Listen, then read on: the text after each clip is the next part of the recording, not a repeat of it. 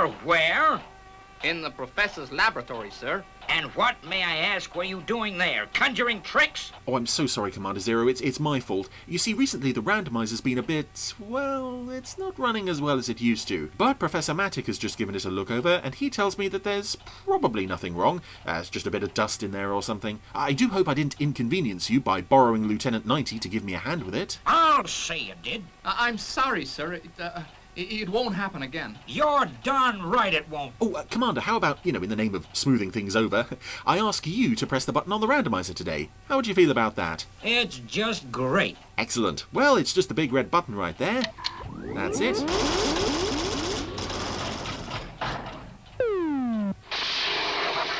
Oh, that's a bit more smoke than it usually puts out. Something, spaceships. The console's on fire. Put out those flames, Lieutenant, before the whole console goes up. Yes, sir. Well, it's never done that before. You knuckle-headed apology for a spaceman. Hey, but the good news is Lieutenant 90 managed to put out the fire before it caught the printout, so that's something, at least. Well? Lieutenant, did you see which series it is today? Oh, 90. Oh, what, Joe 90? Oh, well, that is good news. But which episode? Can't believe it. 90! Yippee! Let me take a look at that.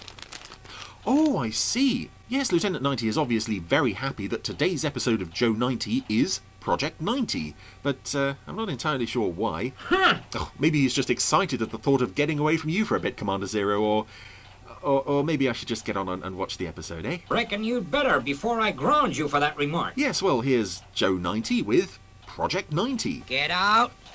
Leave me in peace. Get out.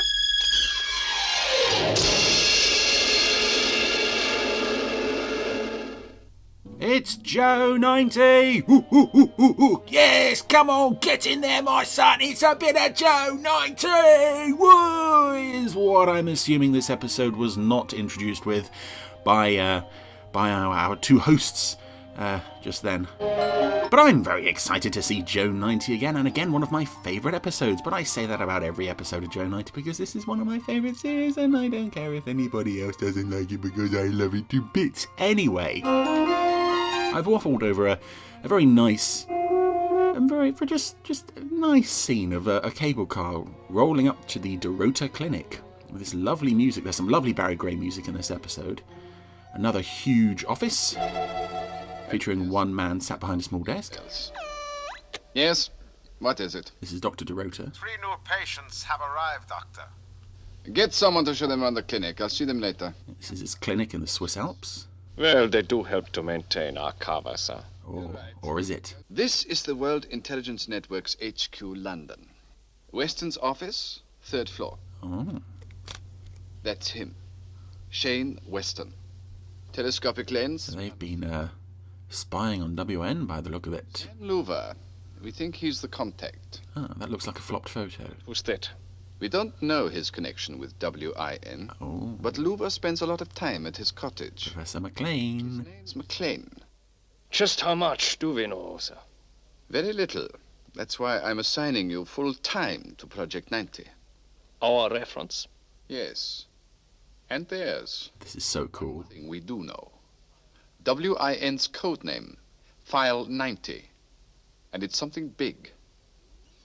We want to know who or what File 90 contains. So we're back from the opening titles with another lovely stock footage establishing shot of London. As we zoom in on Big Ben, and much like with last week with the imposters, this is another episode that I find the strength of this lies in its almost attack on the premise of the show. It's not just here's another routine spy caper. This is something directly targeting the World Intelligence Network. We're seeing some new Has left office and shots of the exterior of WANHQ, which are quite rare. There's someone pulling up in a laundry van. Curson, for that is the name of the assistant to Dr. Dorota, his sidekick, has just shot a very obvious listening device into Shane Weston's office, and Shane Weston has spotted it instantly. And I love that little bit of puppeteering work there where he's stroking his chin thoughtfully. Oh, that wasn't there earlier. Send that cable right away. No, wait. You better try to call Washington again first. And see if you can rustle up a cup of coffee, will you? Yes? And in the laundry van, They should find it in a day or so. lots of listening equipment. I think we can say Project 90 is off to a good start. Yeah, I think so too. Did he say anything else, Joe? No, Dad. Just said he knew you and kept asking questions. Harry Kennett? Ah, this wouldn't fly today. I never met anyone with that name. What sort of questions did he ask you? Oh, what kind of work you did. Stuff like that. I see. He asked me if I knew Sam Louver. Someone following Joe, following him home, asking him questions. He went away. Dad, I reckon he was some sort of spy. A spy? Oh. Oh, I doubt it. If you Well, see Joe himself is a spy. He should be able to tell a spy by now. Can I go out in the garden now? Yes. Yes, all right. Yes, do your business out there. Well, he didn't ask if he could play, did he? Professor, how are you? I'm fine. I think there's something you ought to know. Go ahead, Professor. I have feelings for you, Mr. Weston. Telling me about a man who stopped him outside his school. Said his name was Harry Kennett. Harry Kennett. Yes. Joe's school, that must... We never see Joe's school in this show. We never see any of his school chums, but that would be probably the most hellish place in the Super Mario Nation universe. Lots of Super Mario Nation kids all over the place. Most of them with female voices. Right to tell me, with, you know what at the cottage. Shane's trying to play it cool, Sam and I are going to take a short vacation. considering the listening devices in the It's tomorrow morning to talk this over. corner of the room. Oh, I recognise that tape recorder. When did this come through? I think that was Professor Carney's in Codename Europa. I must have told his father about our little chat as soon as he got home. He couldn't be mixed up in this, could he? Can't be, he's just a child. Weston and Louver are going to the cottage tomorrow. Right, I want that cottage covered completely. I want to be able to hear every word they say. Use directional microphones all around the outside, limpets on the windows, and the milk... How many pints do they take? According to Agent 6, 2. Delivered at 7 a.m. Good. Ah, see, this. If you want to know about the minute details of life at the McClaines cottage, this is the episode for you. Point. It's also the 14th, according to the calendar on the desk there. I don't know what month, but We don't want to stay too long at the cottage, Sam. we don't like the McClaines all that much. You think Mac will let Joe come along? We'll check with him when we get to the cottage. No, no, no. Yep, Sam and Shane have pulled up in a caravan. Meanwhile, out on the coast behind the cottage is Curson and his sidekick chap listening in. Switch to 3. And the interior set is, I think, the interior set from the speedboat from Splashdown, but the model of the boat is the seahorse from Double Agent. Bring in 4. Which, and you can see in this episode, it still has the name Seahorse on the front. It's very faint, but it is there. No, Professor, you were right. The big rat must remain a secret between the original 4. Big rat? What does he mean? Quiet. Where's Joe? In the kitchen. I want to ask him something. They're moving into the kitchen. Try 6 and 7. Hello, This is a very odd shot of Joe here. Sam? how'd you It like... almost looks like he's running a little shop. Can I really? If your dad Gives you the okay? I'll A take... dramatic zoom in on the milk bottles where the listening devices are. I think we're on to something. So Joe's going away on holiday with Sam and Shane. We don't know where they're off to, but Come on, Joe, or we'll miss the boat. Miss the boat. The ferry. Ah. Get it, Sam? they're going by ferry, I guess. Bye, Dad. I'll take care of him, Mac. Bye, Sam. Bye, Professor. And considering how concerned Mac is for Joe's safety, we see in Double Agent he's not entirely trustworthy of Sam and Shane when it comes to not using Joe on dangerous missions. It's quite out of the norm that he would just let him go without another word. The big rat is most interesting. Have we any idea what they were referring to? It's obviously the initial letters of something. The computer has come up with a list of possibilities. Oh, that must be fun. Bearing in mind Professor McClaines' electronic background, I take an educated guess at record and transfer for the second half. Record and transfer. But record and transfer what? I like that as well, that these are intelligent villains. Dr. Dorota is a really nice character who clearly thinks of himself as being much more intelligent than he actually is. Anyway, Kirsten and his sidekick Chappie have arrived at the cottage. Of course, Mac is there all alone now. He's coming down. Oh, Kirsten's got a gun ready. It's an emergency. Open the door. There's been an accident. Well, this seems perfectly legit. I'll just unlock the door here, open the door there, and... Over here. Oh. Blinded by the headlight, and he's down. That's it. Mac's unconscious. It looks like the baddies are gonna head off to Dr. Dorota's clinic with him. That rifle of yours is most versatile, Kirsten. Does it fire anything else apart from listening devices and hypodermics? Just ordinary bullets. Well, I'm sure. I like that they've left Mac in his dressing gown, right down to his little slippers. Our friend is trying to speak. Rather monosyllabic, but no doubt he will tell us more when the effect of the drug wears off. Like? This is another great Jeremy Wilkin character as well. There's Like the secret of the big rat. I don't remember ever seeing a guest character who is so secure in their own idea of their own superiority. He's very smug. He's very... Isn't alive, Joe. Sure is, Uncle Sam. and this is nice too. Let's give it another try. Right. I just love how free and relaxed Sam and Shane are with each other. It's just, let's sing another song. Yeah, why not? Oh, this is a nice view of the How do you feel? path down to the What am I doing? the ground. My name is Conrad Dorota, and for the present you are a guest at my clinic. A guest? I was brought here by force. My dear Professor. We want information, and we will get it one way or another. By hook or by crook. It's so crude. Let me clarify the position. I know bigger and longer words. As a patient. That is why your unusual attire was accepted by customs. Where's here? They dragged him through customs while he was unconscious. That's brilliant. 1,000 feet above sea level. There is only one way up and one way down. By cable car. And we controlled it. You are our patient. As long as we choose. Yeah. The detector. Ooh, a plane. A rescue plane. Nice bright orange. I recognise that model, but I can't pin it down exactly. Not radar. No. The interference from the mountains would be too great. I'm going to hazard a guess and say that's the model of the plane Amplified thousands of times. Joe, Sam and Mac fly out in King for a day, but that's probably wrong. My friend has a point.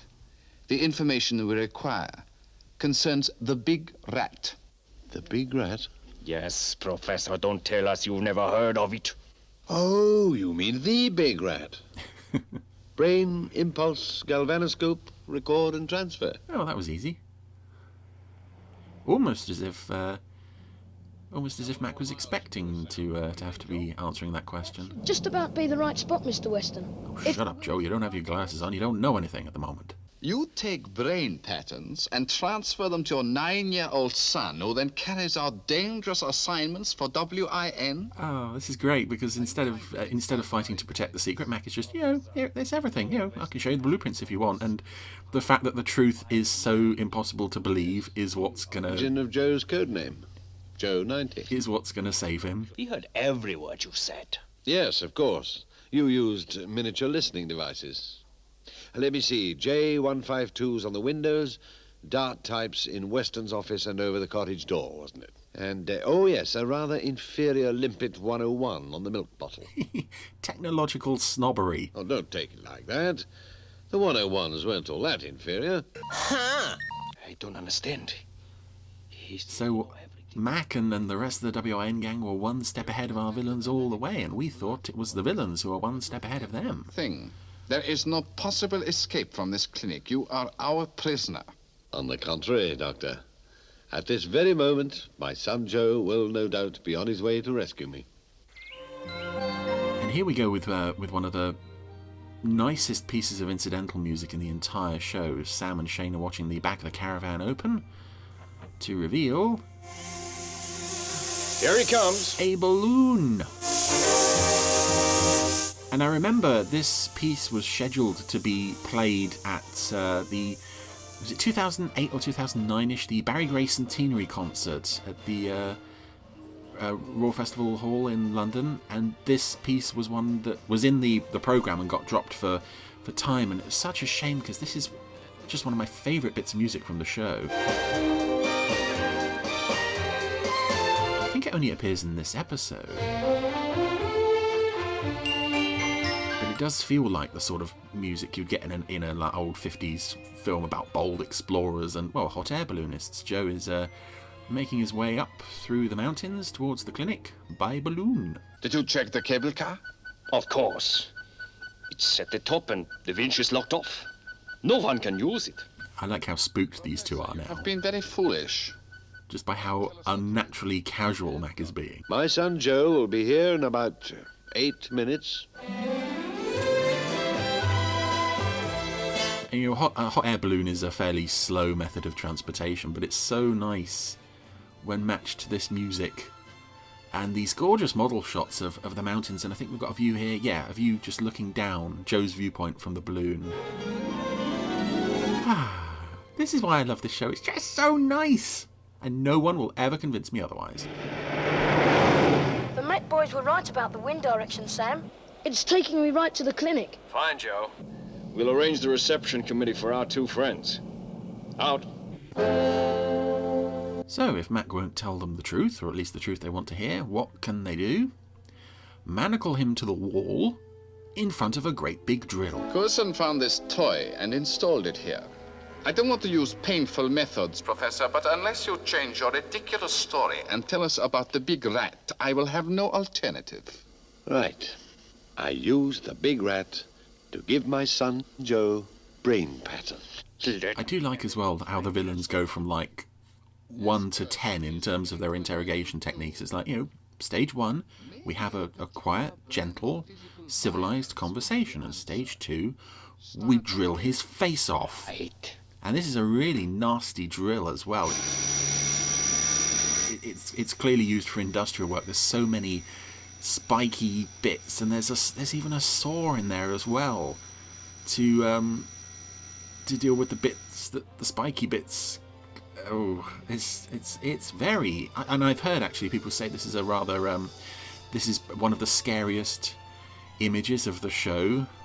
And to be fair, this was a show that didn't really do scary stuff. This show's forte was more hardcore violence, and yeah, what could be more hardcore violent than this drill?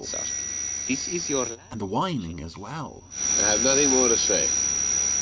Oh, look at that. Spiky bits and circular bits and spinning bits and... Ooh, nasty stuff. And Mac is very calm considering this is a plan that requires split-second timing on Joe's part, otherwise his dad's going to get his face sawn off.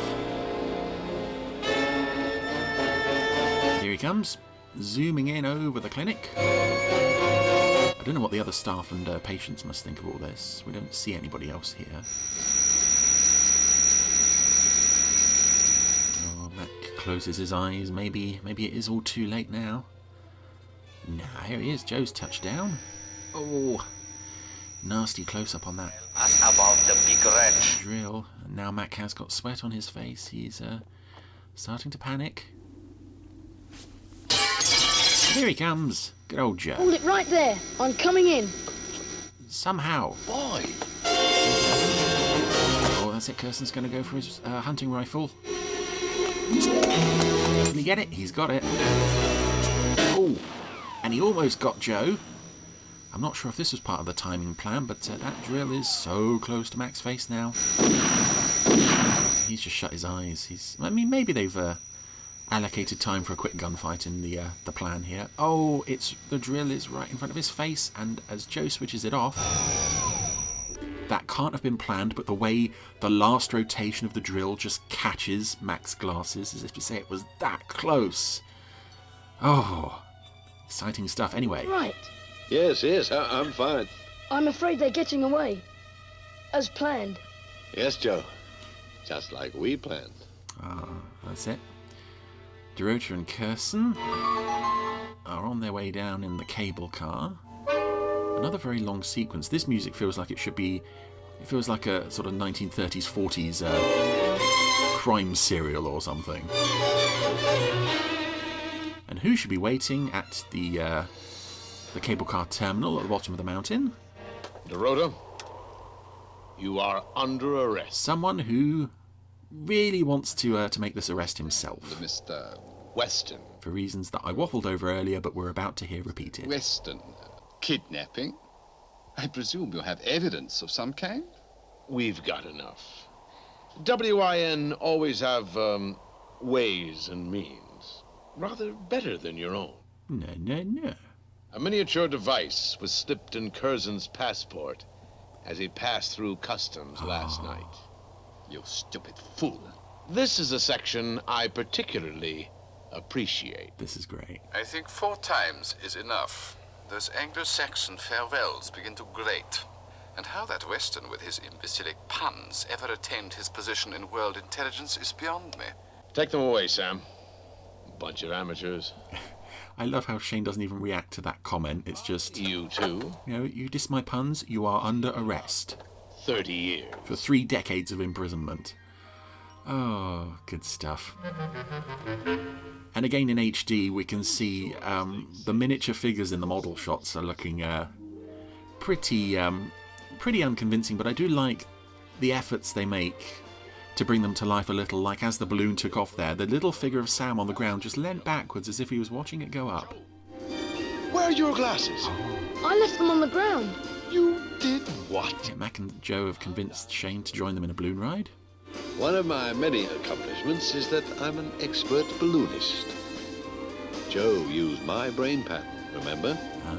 And I like that so much of the resolution of this episode, at least on WN's part, was off screen. That we were led to believe that the baddies were ahead of them, as I said, and in the end it turned out that they themselves were one step ahead of the people who we thought were one step ahead of them.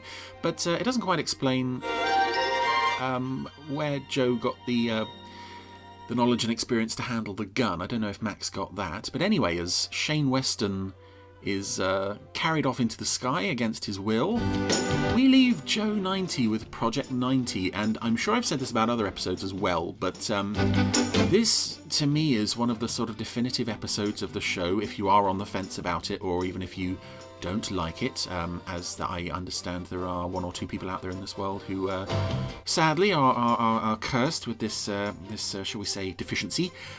This is a really good episode to check out, to not only get a sense of this show's sort of whimsical sense of humour, but also I know a lot of people criticise the fact, it's a 9-year-old boy, how could he be a spy? And it's nice to have an episode where you've got villains behaving like that. It's like, no, this can't be the secret. Surely this can't be the secret. We've not put all these resources and time and energy into finding that out. But it's a nice change of pace. It's nice to have a story that sort of focuses on the premise of the series. All the characters are clearly having such great fun, the performers as well. Some lovely music. I can't say enough good things about this one. If you haven't seen Project 90, give it a go.